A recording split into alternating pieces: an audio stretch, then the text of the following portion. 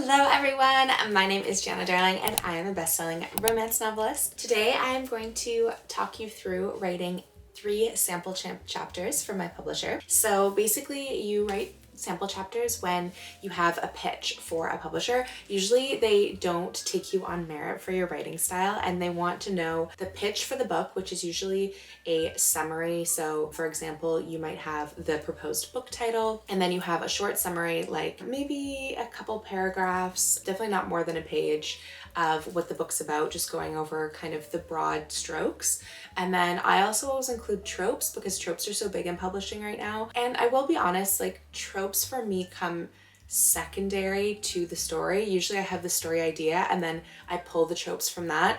A lot of people these days, because tropes are so popular and because people really like tropey books, they will pick a trope and create a story around that, like best friend's older brother or secret baby or surprise pregnancy, and then they'll morph the story around that. Usually for me, because I always get the characters first, I like to start with their story and then I will kind of mine that summary of that story for tropes. So I always include those, and honestly tropes can really be anything. Obviously there's the popular ones, like in a lot of Gianna Darling books you'll find age gap, you'll find something forbidden, you'll find maybe some enemies to lovers, you know, all of these really big tropes. But then there's also ones that are kind of micro tropes, like he washes her hair for her, or he calls her baby, or, you know, touch her and die. So there's really, if you're like, oh no, I'm so worried my story doesn't have any tropes, I guarantee you that it does. And if you just do some research, you'll be able to find some more specifics on that. Or you can ask beta readers or friends to read it and help you figure that out. But anyway, so that's usually what I include in my pitch: my summary, my tropes, my proposed title. Sometimes I will include something like an elevator pitch, which is essentially like a 1-sentence or 2-sentence summary of the story, something that's kind of punchy. I'll give you an example from like a book that I've already written. So let's use Welcome to the Dark Side, which is probably my most popular book. Maybe a summary for that would be, or an elevator pitch summary for that would be like, when an outlaw motorcycle president saves a little girl from a church shooting, their lives are inevitably tied for years to come in ways they can't even imagine. You know, it doesn't have to be super descriptive. It's more kind of creating a vibe around what the story's about. So just from that, you get that it's age gap, it's violent, probably, it's a motorcycle romance, so there's action and adventure, it's probably a dark romance. So you get, as I said, the vibes from it just from that elevator pitch, and it kind of entices you to want to know more. So those are kind of the elements of a pitch, and I've already done my pitch. I've done this for a series that I am pitching with my agent to publishers, and so I have that structure for all the books in the series. So just so that they kind of understand the characters that are in this world, the setting that's in this world, and kind of the overarching plot of the series. So this series that I'm proposing is 4 books, which isn't actually like a lot for me, I feel. Or no, sorry, it's 5 books. It's 5. I was like, 4 books, is it really? No, it's 5. So I have the summary for all of those. The only one that I write the sample chapters for is book 1. I just want to talk a little bit about why book 1 is so important and my process in figuring out which book should be book 1 in a series. And if you watched my vlog about my day in the life reset, I talk a little bit about how I wasn't sure if I wanted to have one book or the other book be my book 1, and so I wrote sample chapters for both of them, just 1 chapter for each, before I made the decision which one would be better suited as the first book in the series. Honestly, these are the requirements in a book 1 in my opinion. You know, take it with a grain of salt, but this is what I look for in a book 1. You want it to have universal appeal. For example, in my Fallen Men series, which is really popular, book 1 is really popular, but a lot of people don't like reverse age gap, which means older woman, younger man. Looking back, that was at the start of my author journey, it probably would have made more sense to have a older man, younger woman, because that has more universal appeal.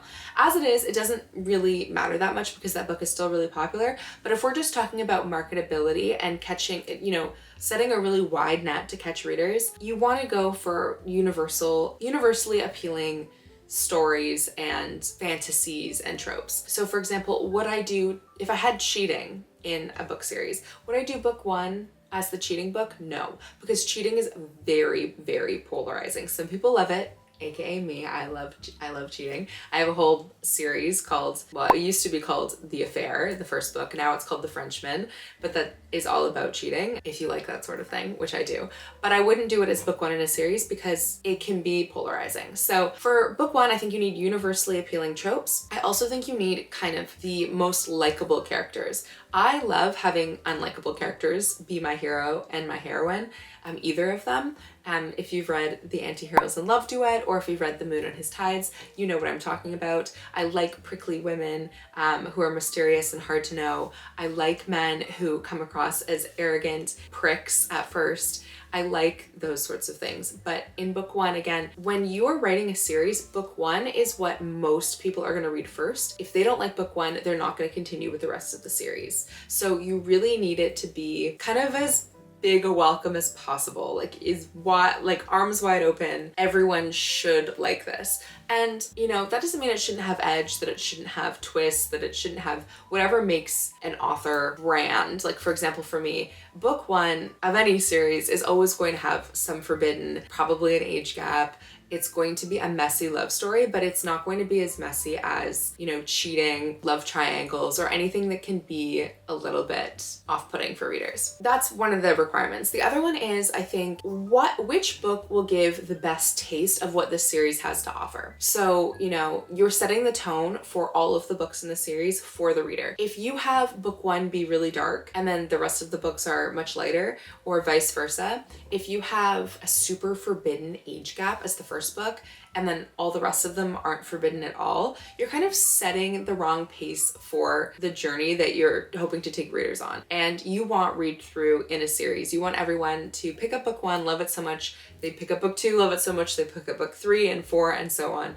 And so you really, really need to hit strong with book one. So those were some of the determining factors in why I decided to choose the book that I did for book one. It had universal appeal. It was also a really good way to open into this world, to introduce characters to this world that I'm building. So the premise of the story allows for entry into the world. And I think that that's a really important requirement too, because if you have two pre-established characters in this world, sometimes it can be a little bit jarring or difficult for the reader to follow along because they're not following the steps of a new reader in that new situation and following their journey with that newness. So I really like to have like an intro character to the established world that the reader can kind of live vicariously through and learn about all the characters and that world simultaneously with the hero or the heroine. So that's why I decided on this book that I'm writing the sample chapters for. The sample chapters themselves are a whole other thing. I really believe in starting a book strong. I like to kind of drop right into the action. So for example, we talked about Welcome to the Dark Side. Welcome to the Dark Side starts in the middle of a church shooting. Okay, so there's a lot of action. It really sets the tone for this like dramatic, dark, angsty, forbidden romance. With this pitch that I'm writing, this series is not dark, but it is forbidden. So like every book in the series has a forbidden element and has some angst around that. This one is also hate to love, kind of rivals to lovers. And so, when I'm writing the intro, when I'm really like going down to write even the first sentence, I want to make sure that it sets the tone right away. I want to hook people because we all have like attention deficit disorder basically now because, we've got TikTok on our phones, we've got Instagram, we've got all of these things that we can just flip between. And if we don't like a book, you can go to Kindle Unlimited and download another one. So you want to right away get people interested. Let me just pull this up. I will tell you what my first line is for this story and you can tell me in the comments what you think. Does this hook you? This is just the first line. Everyone was talking about her and none of it was flattering. For me, that is a really strong opening because you're like, well, who is she? Who's everyone talking about her? And why is it unflattering? What reason do they have to dislike her or judge her right off the bat? Like you have so many questions to ask from that one sentence that are going to lead you into the story with a really strong hook. I think right away you're hooked through the mouth and you want to know who she is, why these people don't like her, and why it's a big deal. And so that's my first line. And I think when you're doing sample chapters or any chapters, any first chapter of any book, it's so important to have that really strong hitting first line. I'll give you a few examples of some other first lines of mine just because it's fun, and we'll see if it also, if it has the same dramatic hit. So let's look at my last release, which was just in January, and it was The Moon and His Tides. And this is the first line of The Moon and His Tides. She was the most beautiful woman I'd ever seen. Now, I think that also, it's less dramatic, but it definitely begs the question, who is she? If she's that beautiful, how do you have a chance with her? Are you gonna, have a romance with her? I think that when I talk about like things that are universally appealing, there's universal fantasies, we sometimes call them in the writerly world. And a universal fantasy, like beauty, is you tap into beauty, into sex, into power. Those are really huge 3 universally appealing themes. And right here, we're tapping into beauty. And I think by tapping into beauty, you also can tap into power, because a lot of the times they have a tangential relationship. So that's the first line there. And you're like, okay, she's beautiful. What is he gonna do about it? Okay, Lessons in Corruption is the first book in my Fallen Men series. And this is the first line. I saw him in a parking lot when I was picking up groceries. Not the most romantic place to fall in love at first sight, but I guess you can't choose these things. So again, you're hit right away with like the setting and with this vibe of instantly falling in love with someone across a grocery parking lot. You're like, how is that possible? Love at first sight seems so surreal. What's gonna happen to these 2 strangers in a parking lot? So I really think that like setting the tone that way is incredibly important. Again, I'd say you have like 30 seconds to engage a reader once they open your book, because there's so many options out there for them to read. Another one from Asking for Trouble, a book in my Fallen Men series, is lots of stuff happens in convenience stores and at gas stations. Most of it bad. So then you're like, oh no, okay, we're setting up for something really bad to happen in one of those 2 places to our heroine. What the hell is gonna happen? I think that the first line is really important in general, writing, whatever book in whatever series or standalone. For sample chapters, it's really important too. And I think you have to extend it past the first line to those first 3 chapters. They really have to be punchy, because you're trying to hook a publisher as well as a reader. And they want to know, like, who are these characters? What is their relationship dynamic? How do they engage with their world? What's the central conflict in the story? I think that sometimes when I read books where I'm not hooked, it's because I read the first few chapters and I'm like, what's even happening? What's the problem here? Where's the conflict in the story? And I know that people were going through a phase of not wanting conflict in their stories. I certainly don't feel that way, and I like conflict when I read a story, and I certainly love conflict when I write a story. I think that that's incredibly important here. And with the first 3 chapters, it's genuinely the most important thing to set up the conflict so that it's a very powerful motivator, both for the characters and for the readers. So for example, in my sample chapters that I'm gonna write, I've written 2 and I'm gonna finish the 3rd one, right away, something is happening. We know everyone was talking about her and none of it was flattering.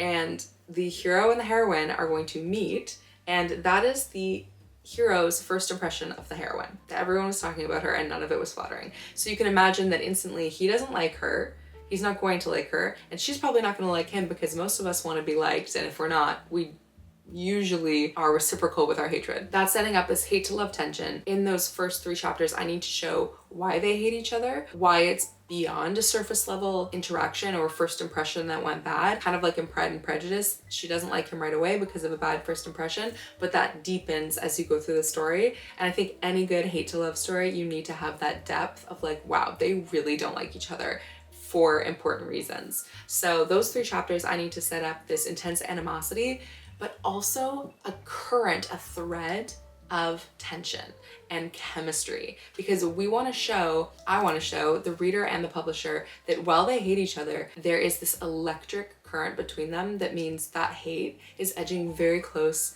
to that thin line between love and hate, or at least lust and hate. So definitely chemistry is something that I need to be showing here. In order to do that, I think the best way to do that with a hate to love situation is banter. We love banter. Some arguing, some yelling, slamming doors, pushing each other against walls, letting them get physical without it being a lustful situation somehow feels like it's build up to a lustful situation. So, you know, maybe she pushes him in the chest, maybe he holds her wrist and doesn't let her go. Those moments of like palpable tension in the first 3 chapters before obviously we're going to get to any actual sexual activity, because it's a hate to lovers, is really important because you still want to show that dynamic. So that's what I'm going to do here. You know, the last thing I would say is that last chapter, you really want to end on a note that's like a cliffhanger, you know? So let's see. The last chapter, let me write the last chapter and I'll get back to you and I'll read you the last line of the last chapter if it's not too spoilery, and we can see if that also leaves you wanting more.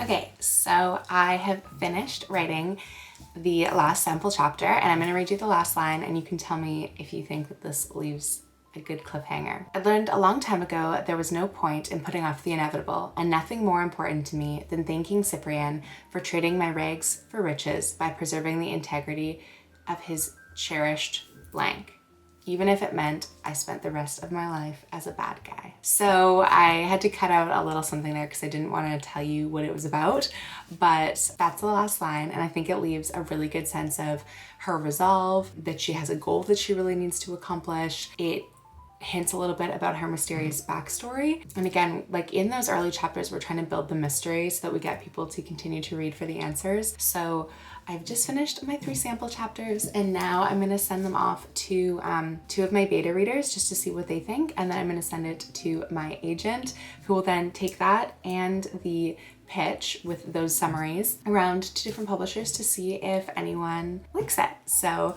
fingers crossed for me, you guys. I love this series so much. I want to continue writing, even though I only was supposed to write the 3 chapters. I think I might keep going and just write the whole thing because I'm that in love with it. I love the tension between these 2 characters, and I haven't written hate to love in a while, and it's just so, so good. So this is just a little hint of what's to come. Hopefully it gets picked up and I'm able to publish it and talk to you guys about it a little bit more in the future. But thanks for coming along with me on this journey to write 3 sample chapters for my publisher. I hope you learned some things. I hope you enjoyed writing with me, and I'll talk to you next week. Don't forget to like, subscribe, and comment, and I'll see you later.